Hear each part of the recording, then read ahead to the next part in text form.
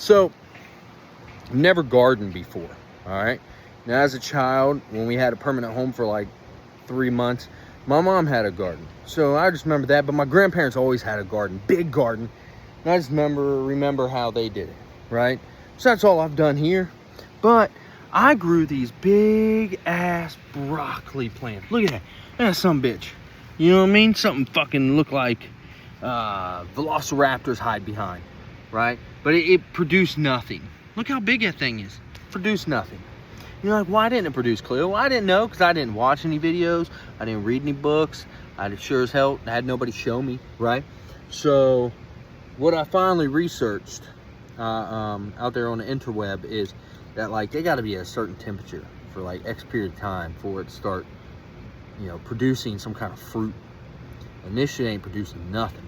So I'm gonna cut them all down. We're gonna try broccoli again, maybe later in the season. I don't know if I can do that, but I'm gonna try.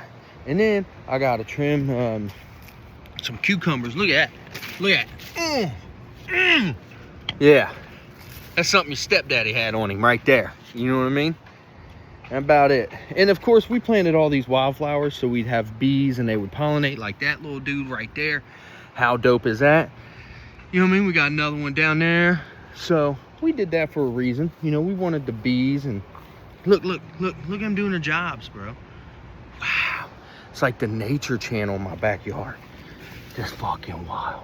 But now they've fallen down and kind of breaking and stuff. So I might have to cut some of them out. And then also this strawberry. Now my cantaloupe getting a little wild, right? Good thing we're cutting this down. I got my tomato plant. But look, we got little melons coming on. Oh, look at that. Oh, Dad said what? Dad said what? Yeah, so we out here in the garden. It's our first time.